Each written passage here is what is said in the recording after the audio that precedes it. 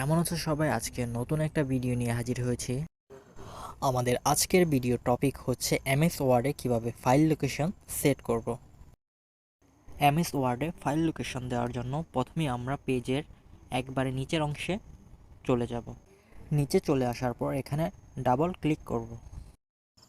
এখান থেকে আমরা ইনসার্টে চলে যাব। ইনসার্টে যাওয়ার পর কুইক পার্ট নামক যে অপশনটি আছে সেটাতে ক্লিক করব। তারপর ফিল্ডে ক্লিক করব। ফিল্ডে ক্লিক করার পর স্ক্রল করতে করতে ফাইল নেম নামক অপশনে চলে আসব।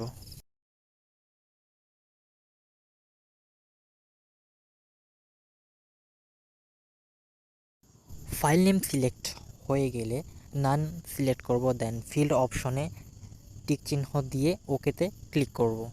দেন আমাদের কাজ সম্পূর্ণ হয়ে যাবে।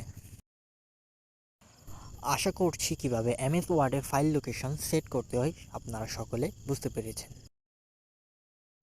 আরেকটি কথা, আমার চ্যানেলটি নতুন হয় সবাই লাইক দিয়ে পাশে থাকবেন এবং প্লিজ সাবস্ক্রাইব করে দেবেন। ধন্যবাদ সকলকে।